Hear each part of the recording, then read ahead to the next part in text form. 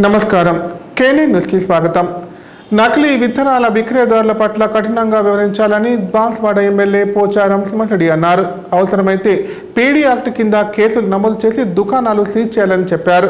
వరి నాట్లు ప్రారంభమైనందున రైతులు నకిలీ విత్తనాల వల్ల నష్టపోకుండా వ్యవసాయ అధికారులు అవగాహన కల్పించాలని కోరారు. కామారెడ్డి కలెక్టర్ కార్యాలయంలోని ప్రధాన సమావేశ మందిరంలో జిల్లా ప్రజా పరిషత్ సాధారణ సర్వసభ్య సమావేశం నిర్వహించారు. ఇందులో భాగంగా వ్యవసాయ రంగాన్ని సమీక్షిస్తూ టాస్క్ ఫోర్స్ బృందాల ద్వారా విస్తృత తనిఖీలు నిర్వహిస్తూ నకిలీ విత్తనాల విక్రయాలను అరికట్టాలని ఎమ్మెల్యే పోచారం శ్రీనివాసరెడ్డి సూచించారు.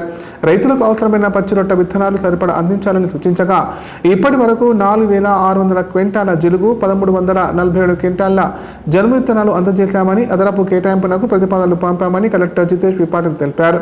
ప్రభుత్వం సన్న ధాన్యానికి 500 రూపాయలు బోనస్ ఇస్తోందని ప్రకటించిన విషయాన్ని రైతులకు తెలిపి సన్నధాన్యం పండించేలా వ్యవసాయ విస్తీర్ణ అధికారులు అవగాహన కలిగించాలన్నారు. కొత్తగా ఏర్పడిన మండలాలలో ప్రాథమిక ఆరోగ్య కేంద్రాల ఏర్పాటుకు ప్రతిపాదనలు పంపాలని, ఖాళీలను భర్తీ చేయాలని కోరారు. అలాగే విద్య, వైద్య, పౌర సరఫరాల, రెవెన్యూ తదితర శాఖల స్థితిగతులపై సుదీర్ఘంగా చర్చించారు.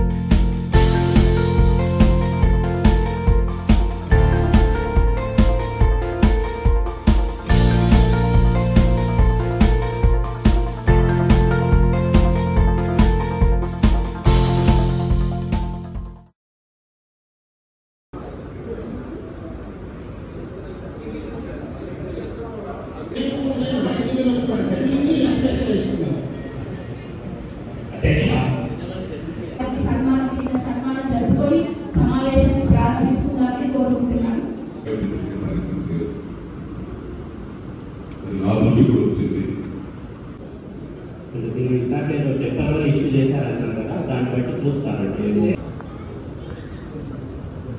ప్రతి గవర్నమెంట్ మీటింగ్ నేను చెప్తూనే ఉన్నాను. రిక్వైర్మెంట్స్ పెట్టడం జరిగింది. దాంట్లో యూరియా మనకి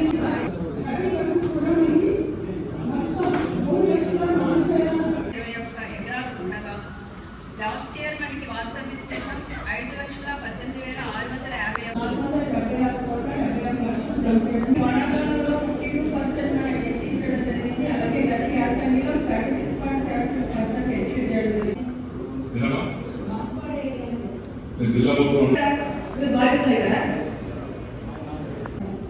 తర్వాత మీరు వరి నార్మల్ పోసారా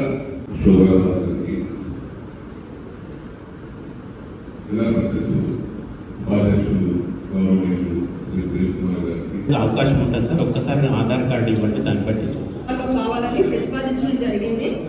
ఈ రోజు వరకు కూడా మనకి పచ్చిరొట్ట విత్తనాలు, మొక్కజొన్న 5,105 క్వింటాలు, పత్తి 194 క్వింటాలు, కందులు 600. స్కూల్ బస్సుల్లో పిల్లలు భద్రంగానే వెళ్తున్నారా, బడి బస్సులు ఫిట్నెస్ తోనే నడుపుతున్నారా అనే అంశాలపై అధికారులు పాఠశాలలు ప్రారంభించక ముందే పరీక్షలు చేయాల్సి ఉంది. కొత్త చదువుల ఏడాదికి ఇంకా 5 రోజుల గడువే మిగిలి ఉంది. కాగా ఈ నెల 12 నుంచి పాఠశాలలు పునఃప్రారంభం కానున్నాయి. పాఠశాలలు ప్రారంభం కానున్న నేపథ్యంలో ప్రైవేటు పాఠశాల యాజమాన్యాలు బస్సులను సక్రమమైన మరమ్మతులు చేయించుకోవాలని, నిబంధనలు పాటించాలని బోధన్ ఎంఏ శ్రీనివాస్ తెలిపారు. పాఠశాలల బస్సులకు సంబంధించిన పత్రాలు సిద్ధంగా ఉంచుకోవాలని సూచించారు. పత్తి విత్తనాలు అక్రమంగా ఇతర ప్రాంతాలకు తరలించకుండా చెక్పోస్టుల వద్ద కలెక్టర్ సూచనల మేరకు నిత్యం వాహనాల తనిఖీ జరుపుతున్నట్లు వివరించారు. అందరికీ నమస్కారం. మరి ముఖ్యంగా బోధన పట్టణ ప్రజలందరికీ నా యొక్క నమస్కారములు. నా పేరు Devunuri Srinivas, motor vehicle inspector, unit office. మరి బోధన మండలంలో ఉన్న ఆర్టీఓ ఆఫీస్కు నేను ఇక్కడ అధికారిని. ముఖ్యంగా ఇప్పుడు విద్యా సంవత్సరం మరి జూన్ 12th స్టార్ట్ కాబోతున్నది. అలాగే మరి ముఖ్యంగా ఇప్పుడు ఏంటంటే స్కూల్ బస్సుల యొక్క ఫిట్నెస్ సర్టిఫికేట్ అంటే వాహన సామర్థ్య సర్టిఫికెట్ అనేది మేము ఇవ్వడం జరుగుతుంది. మరి స్కూలు యాజమాన్యాలకు ముఖ్యంగా విన్నవించినది ఏమంటే ఆ యొక్క వాహనాన్ని వాటిని ఎడ్యుకేషనల్ ఇన్స్టిట్యూషన్ బస్ అని అంటారు. ఆ వాహనంలోనూ మరి వాటికి తగిన రిపేర్లు చేపించేసి మరి వాటికి ఏమేమి ఉండాలి రూల్ 180 ప్రకారం 185 ప్రకారము ప్రభుత్వం కొన్ని నియమ నిబంధనలు రూపొందించింది. అంటే వాహనంలో తప్పనిసరి అంటే ఒక క్లీనర్ లెక్క ఒక అటెండెంట్, ఎందుకంటే వాళ్ళు పిల్లలు దిగుతుంటారు ఎక్కుతుంటారు, అలాగే అక్కడ రోడ్డు క్రాస్ చేస్తుంటారు. మరి ఆ కాషనింగ్ ఆ డ్రైవర్కు కాషనింగ్ ఇవ్వడానికి కూడా తోడ్పడతారు. కాబట్టి పిల్లలు క్రమశిక్షణగా బస్సులో ఉంటారు కాబట్టి అతని అటెండెంట్ అనే ఒక వ్యక్తిని బస్సులో పెట్టడం జరిగింది. అంటే అది మీరు ప్యాసింజర్లను తీసుకొని మీ యొక్క విద్యార్థులను మరి తీసుకోవడం స్కూల్ నుంచి వాళ్ళ ఇళ్ళకు ఇంటి నుంచి స్కూల్కి తీసుకోవటప్పుడు కంపల్సరీగా పాటించే నియమాలు. మా వద్దకు ఫిట్నెస్ సామర్థ్య సర్టిఫికేట్ వచ్చేటప్పుడు మాత్రం వెహికల్ కండిషన్, అలాగే ఇప్పుడు విండోస్ ఎంబడి 3 హారిజంటల్ రాడ్స్ ఉండాలి, అలాగే హెడ్ లైట్స్ వచ్చి ఉండాలి, వైపర్, ఎందుకంటే ఇప్పుడు వచ్చేది వర్షాకాలం కాబట్టి వైపర్స్ కూడా చక్కగా పనిచేస్తున్నాయో అలా చూసుకోవాలి. అలాగే ఇండికేటర్స్ ఒకటి. మరీ ముఖ్యంగా ఏంటంటే ఎమర్జెన్సీ డోర్, ఎందుకంటే అనుకోని పరిస్థితులు ఏమన్నా మరి ఎమర్జెన్సీ ఏర్పడినప్పుడు వాహనంలోని పిల్లలు మరి ఒక ద్వారమే కాకుండా ఒక ఎమర్జెన్సీ డోరు, అలాగే వెనకాల కూడా అద్దం ఉంటుంది, దాన్ని break the glass in case of emergency అని కూడా రాయించుకుంటే మరీ మంచిది. ఎమర్జెన్సీ పిల్లల ప్రాణాలు మనకు మరీ ముఖ్యం కాబట్టి ప్రభుత్వానికైనా ఎవరికైనా తల్లిదండ్రులకైనా విద్యా సంస్థలకైనా ఆఫీసర్గా మాకైనా కూడా పిల్లల యొక్క వాళ్ళ యొక్క దాన్ని ఏమంటారు వాళ్ళ సేఫ్టీ, వాళ్ళ రక్షణ మనకు చాలా ముఖ్యమైన విషయం కాబట్టి మనం ప్రతి విషయంలో కూడా మనం చాలా శ్రద్ధ తీసుకోవాల్సిన అవసరం ఉంటుంది. అలాగే స్కూళ్ళల్లో కూడా మనం ఏంటంటే ఇప్పుడు బస్సులు స్కూళ్ళు పిల్లలు తెచ్చినప్పుడు, ఎందుకంటే అక్కడ పిల్లలు ఎక్కువ ఉంటారు స్కూల్ పిల్లలు, ఆ రివర్సింగ్ చేసేటప్పుడు కానీ, ఎందుకంటే మనం చాలా సంఘటనలు చూసాం హైదరాబాద్లో స్కూల్లోనే యాక్సిడెంట్స్ అయిన సందర్భాలు చాలా ఉన్నాయి. అంటే ఆ రివర్సింగ్లో తగిన జాగ్రత్తలు తీసుకోక వెనకాల క్లీనర్ లేకనో అటెండెంట్ లేకనో ఎవరు దానికి వెనక తీసుకునేటప్పుడు ఎవరు దానికి ప్రత్యేకమైన కాషన్ చెప్పకుండా వెహికల్ నడపడం వల్ల ఆ బస్సు వెనక టైర్ కింద పిల్లలు పడి చనిపోయిన సంఘటనలు ఎన్నో చూసాం. కాబట్టి స్కూల్లో కూడా ఆ పార్కింగ్ చేసేటప్పుడు కానీ అక్కడ తగిన జాగ్రత్తలు తప్పకుండా తీసుకోవాలి. అలాగే హైండ్ బ్రేక్స్ పనిచేస్తున్నాయో లేవో చూసుకోవాలి. అలాగే సెల్ఫ్ అతనికి మంచిగా నీట్గా తయారు చేయడము, ఒక కేక్ కట్ చేయడం ఉంటుంది. అలాగే ఇది కూడా ఒక దానికి బస్సుకు కూడా ఒక దాని ఇయర్లీ ఫండ్స్ ఫిట్నెస్ ఉంటుంది కాబట్టి దాన్ని కూడా నీట్గా బాడీ పెయింట్ కానీ అవన్నీ నీట్గా చూసుకుంటేనే అది మనకు చాలా బాగుంటుంది. మీకు ఎలాంటి మరి మేము ఎట్లాగో స్పెషల్ డ్రైవ్ కూడా చేపడతాము స్కూల్ స్టార్ట్ కాగానే. ఎవరైనా ఫిట్నెస్ లేకుండా బండి నడిపితే మాత్రం డెఫినెట్గా మేము తగిన చట్ట ప్రకారం తగిన చర్యలు తీసుకోవడం పడుతుంది.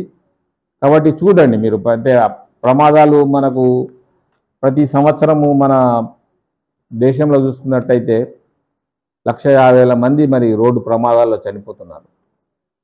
అంటే ఒక 4-5 లక్షల రోడ్డు ప్రమాదాలు జరుగుతున్నాయి. అంటే ఒక 150,000 మంది కుటుంబాలు మరి రోడ్ల మీదకి వస్తున్నారు. ప్రతి ఒక్కరు, అంటే స్కూల్ బస్ విషయంలోనే కాదు, అలాగే మోటార్ సైకిల్ నడిపే వాళ్ళు కూడా, ఇతర వాహనాలు నడిపేవారు కూడా, ఈవెన్ రోడ్ యూజర్స్, రోడ్డు మీద అంటే నడిచే పాదచారులు కానీ చాలా జాగ్రత్తగా, ఎందుకంటే మన యొక్క వాహనాల సంఖ్య కూడా రోజు రోజు పెరుగుతున్నది. ఒక ఇంట్లో ఒకప్పుడు ఒక వాహనం ఉందంటేనే చాలా గొప్ప విషయం ఉండే. ఇప్పుడు ప్రతి ఇంట్లో 3 కార్లు, 2 కార్లు, 4 బైకులు, అంటే ప్రతి ఒక్కరికి ఒక బైక్ అవసరం పడుతున్నది. కాబట్టి రోడ్ల మీద ఏంటంటే ట్రాఫిక్ డెన్సిటీ, అంటే వాహనాల సాంద్రత పెరుగుతున్నది. కాబట్టి సినీ రంగంలో వారసులు ఎంట్రీ ఇవ్వడం సాధారణమైన విషయమే. అయితే ఎలాంటి సినీ నేపథ్యం లేని కామారెడ్డికి చెందిన 2 యువకులు హీరో దర్శకులుగా వెండితెరకు పరిచయం అవుతున్నారు. దీంతో కుటుంబ సభ్యులు పట్టణవాసులు ఆనందం వ్యక్తం చేశారు.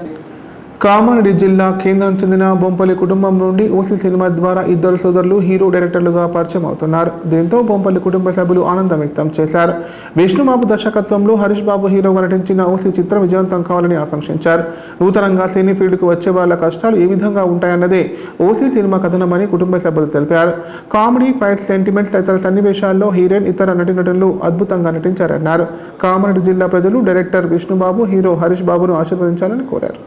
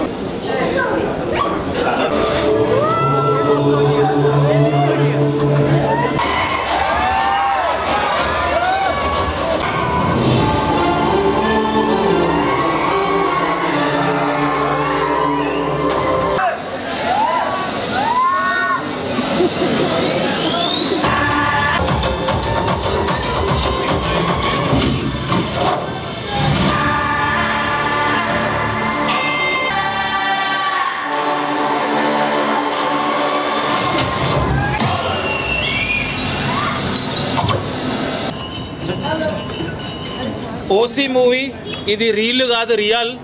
2 సాల్ కష్టం మాది. ఇది కామారెడ్డి హీరో హరీష్ బొంపల్లి. మీ అందరు సపోర్ట్ కూడా ఉండాలి, నాకు బ్లెస్సింగ్స్ ఉండాలా. సినిమా చూసిన తర్వాత మీరే చెప్తారు. Thank you. మీ అందరి సపోర్టు, సహకారం ఎప్పుడు మాకు ఉండాలి. మన కామారెడ్డి తరఫు నుంచి మనకు ఒక హీరో దొరికిండు. ఇంతవరకు తెలంగాణలో ఓన్లీ నితినే ఉండే, ఇప్పుడు హరీష్ బొంపల్లి. డైరెక్టర్ విష్ణు, హీరోగా పరిచయం అవుతున్న హరీష్ బాబుకు శుభాకాంక్షలు తెలుపుతూ నూతనంగా ఈరోజు జూన్ 7th రోజు రిలీజ్ అవుతున్న సినిమా సందర్భంగా విజయవంతంగా ఆడి మంచి పేరు తీసుకురావాలని చెప్పేసి కామారెడ్డి వాసులకు కోరుతున్నాను. అదేవిధంగా సినిమాను విజయవంతం చేయాలని చెప్పేసి మనస్ఫూర్తిగా కోరుకుంటూ శుభాకాంక్షలు తెలియజేస్తున్నాను. బాగుంది. ఒక గోల్ పెట్టుకొని ఆ గోల్ రీచ్ కావడానికి ఎంత కష్టమవుతుంది ఏంటనేది అందులో స్పష్టంగా ఈ సినిమా ద్వారా సూపర్గా తీసాడు. న్యాచురల్గా అనిపించింది. యాక్టింగ్ అయితే, పర్ఫార్మెన్స్ అయితే చాలా బాగుంది. న్యాచురల్గా ఉంది. ప్రతి ఒక్కరు ఫ్యామిలీతో చూడాల్సి వచ్చింది. ఇప్పుడు ప్రకటనలు. గ్యాస్ట్రిక్ మరియు లివర్ సమస్యలతో బాధపడుతున్న వారు ఇప్పటి నుండి హైదరాబాద్ గాని నిజామాబాద్ గాని వెళ్లవలసిన అవసరం లేదు. మరియు అప్పుడప్పుడు వచ్చే డాక్టర్ల కోసం ఎదురు చూసే అవసరం కూడా లేదు. ఎందుకంటే ప్రతిరోజు 24/7 మన కామారెడ్డిలోనే అన్ని అత్యాధునిక సౌకర్యాలతో, అడ్వాన్స్డ్ టెక్నాలజీతో మొట్టమొదటి ఏకైక వేద gastro liver care hospital Dharamshala వెనకాల జనని హాస్పిటల్ ప్రక్కన ప్రారంభించి వైద్య సేవలు అందిస్తున్నారు. ఈ హాస్పిటల్లో హైదరాబాద్ కార్పొరేట్ హాస్పిటల్లో చేసేటటువంటి గ్యాస్ట్రో మరియు లివర్ కు సంబంధించిన అన్ని రకాల చికిత్సలు చేయబడును. మరియు ప్రతిరోజు ఎండోస్కోపీ, కొలనోస్కోపీ ద్వారా పరీక్షించి సలహాలు మరియు చికిత్సలు చేయబడును. కడుపులో పుండు వంటి సమస్యలకు నాణ్యమైన చికిత్సలు అందించబడును. వేద gastro liver care hospital Dharamshala వెనకాల జనని హాస్పిటల్ ప్రక్కన కామారెడ్డి. Phone number 8006000330. ఈ నెల 9న జరిగే గ్రూప్ 1 పరీక్షను అధికారులు సవరణంతో పనిచేసి విజయవంతంగా పూర్తి చేసేలా చూడాలని కలెక్టర్ జితేష్ వి పాటిల్ అన్నారు. ఇన్విజిలేటర్లను లాటరీ పద్ధతిలో ఎంపిక చేయాలన్నారు. పరీక్షా కేంద్రానికి అభ్యర్థులు ఎలక్ట్రానిక్ పరికరాలు తీసుకురావద్దని సూచించారు. కామారెడ్డి కలెక్టర్ కార్యాలయంలోని సమావేశ మందిరంలో శుక్రవారం టీజీపీఎస్పీ గ్రూప్ 1 పరీక్ష నిర్వహణ కోసం అధికారులతో జిల్లా కలెక్టర్ జితేష్ పి పాటిల్ సమీక్ష నిర్వహించారు. పరీక్షా కేంద్రాల సమీపంలో అనుమానాస్పద వ్యక్తులు, వాహనాలు కనిపిస్తే అధికారులు వాటిని పరిశీలించాలని తెలిపారు. ఈ నెల 9న ఉదయం 10:30 గంటల నుంచి మధ్యాహ్నం 1 గంట వరకు పరీక్ష కొనసాగుతుందని చెప్పారు. ప్రతి పరీక్షా కేంద్రంలో మహిళలకు, పురుషులకు వేరువేరుగా తనిఖీ గదులు ఏర్పాటు చేయాలని సూచించారు. పరీక్షా కేంద్రాల్లో కావాల్సిన అన్ని రకాల సదుపాయాలను కల్పించామని చెప్పారు. దివ్యాంగులకు కావాల్సిన స్కైబ్లను ఏర్పాటు చేయాలని కోరారు. దివ్యాంగులకు గ్రౌండ్ ఫ్లోర్లో అలాట్మెంట్ చేయాలని సూచించారు. గ్రూప్ 1 ప్రిలిమినరీ పరీక్షకు సంబంధించి జిల్లాలో 12 పరీక్షా కేంద్రాలు ఏర్పాటు చేసినట్లు పేర్కొన్నారు. బయోమెట్రిక్ ఇన్విజిలేటర్లకు శిక్షణ ఇచ్చామన్నారు.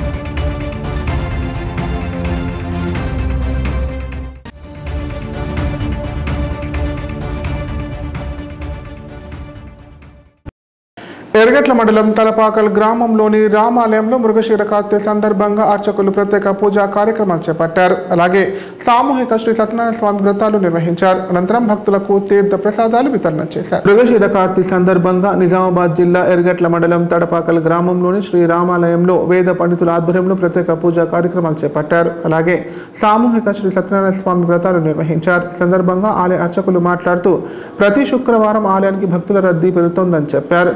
చుట్టుప్రక్కల జిల్లాల నుండి భక్తులు తరలివచ్చి నదీ స్నానం ఆచరించి స్వామివారిని దర్శించుకుంటారని పేర్కొన్నారు.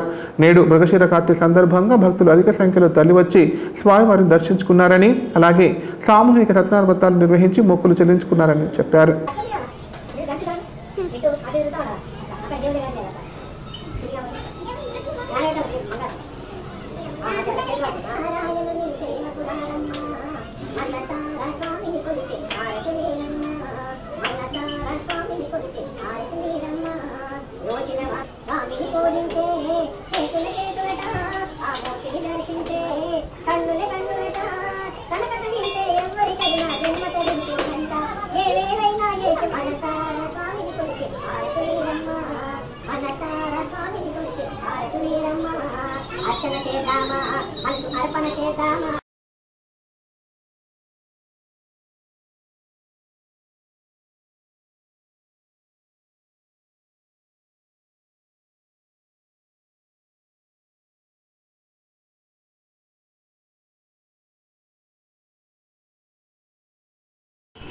జై శ్రీమన్నారాయణ.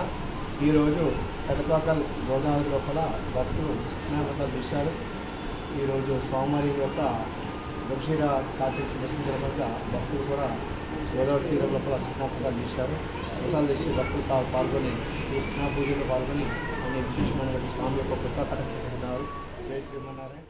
ఉమ్మడి జిల్లాలో భిన్న వాతావరణం నెలకొంది. ఒక వంక భారీ వర్షాలు పడుతుండగా మరో వంక ఎండల తీవ్రత కూడా కనిపిస్తోంది.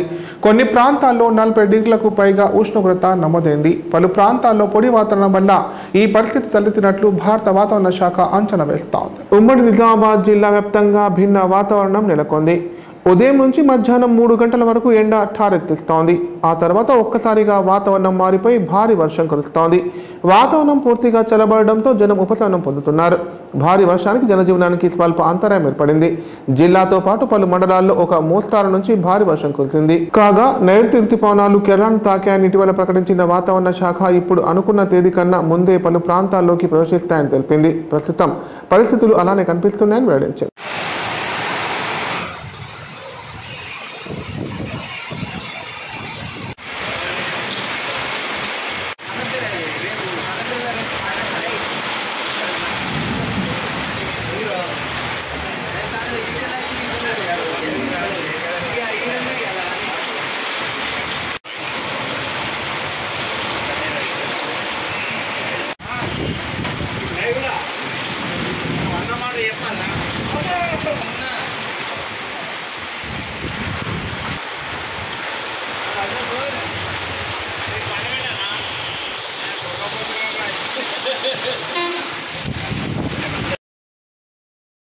వార్తలు ఇంతటితో సమాప్తం. తిరిగి ప్రసారమే వార్తల్లో మళ్ళీ కలుద్దాం. అంతవరకు సెలవు. నమస్కారం. చూస్తూనే ఉండండి K9 ప్రతిక్షణం ప్రజాపక్షం.